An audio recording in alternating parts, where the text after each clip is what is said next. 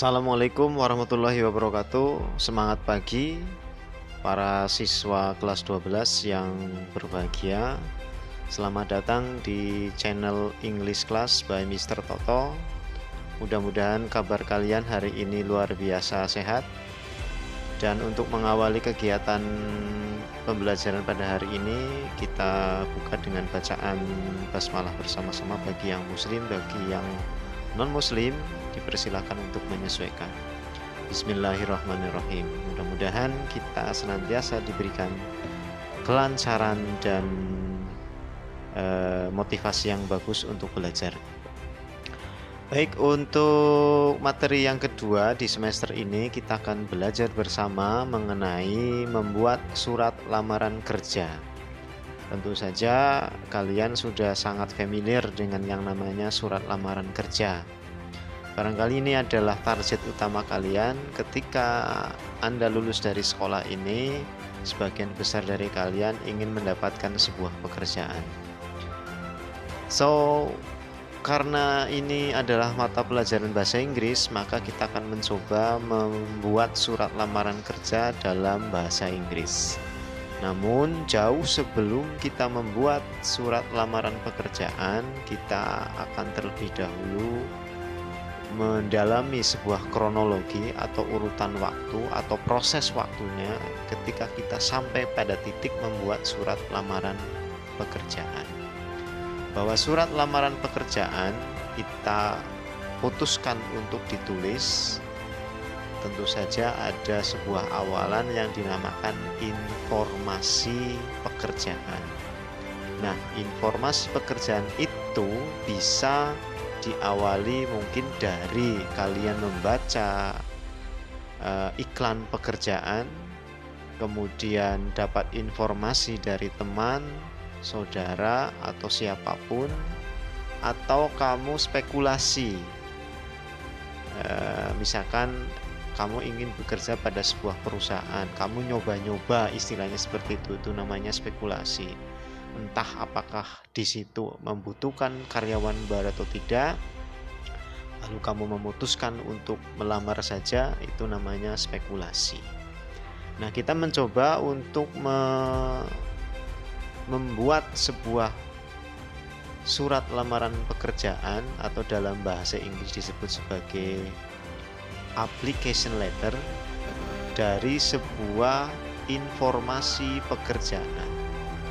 Nah, informasi pekerjaan yang paling umum berdasarkan iklan lowongan kerja atau yang sering kita sebut sebagai job advertisement, atau orang juga bisa menyebut atau sering menyebut job opportunity atau job career atau yang lainnya.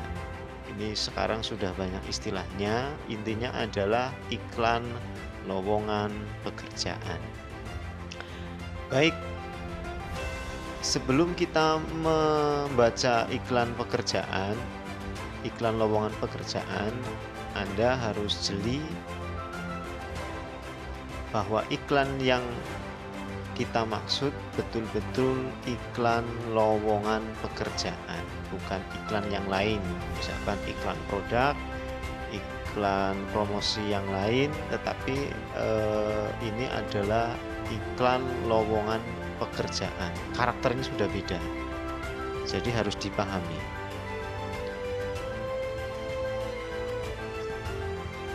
Ya, untuk iklan pekerjaan, layoutnya secara umum Anda mungkin sudah pernah lihat.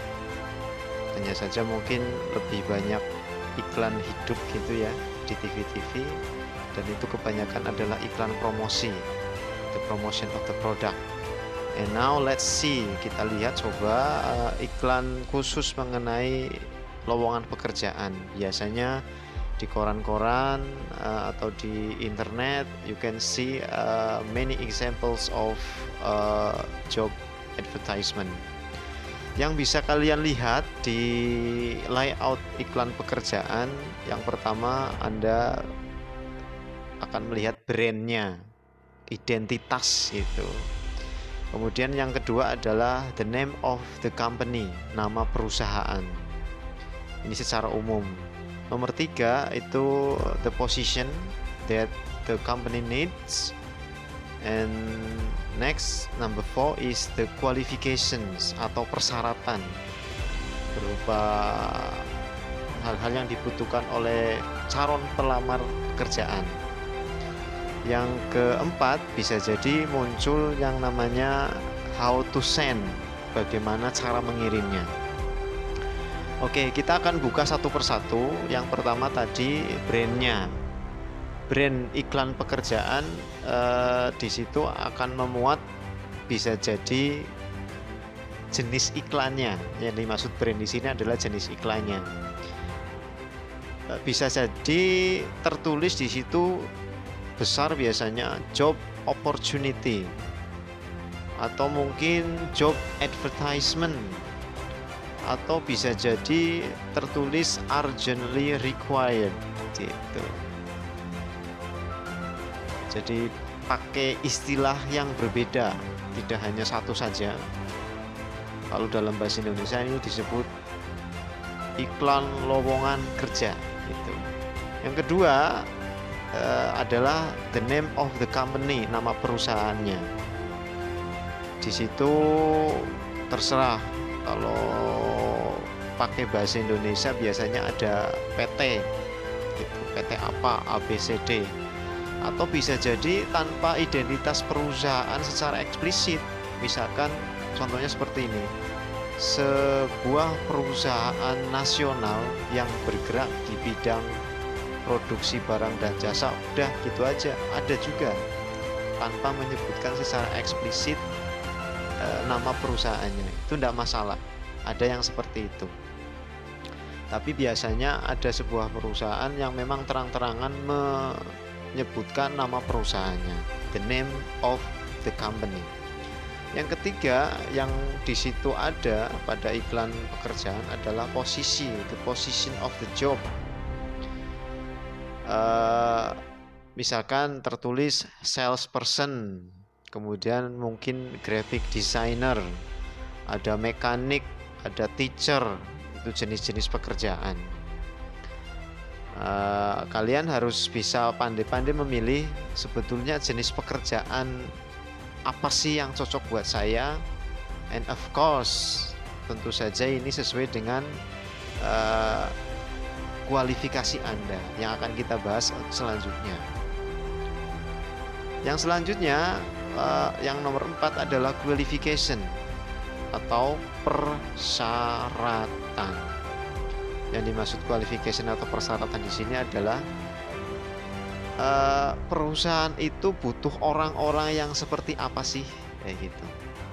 Misalkan di situ tertulis ada highly motivated, kemudian ada good English, ada well skilled in computer and machine misalkan, kemudian SMK graduation, ada S1 graduation, dan yang lain-lain.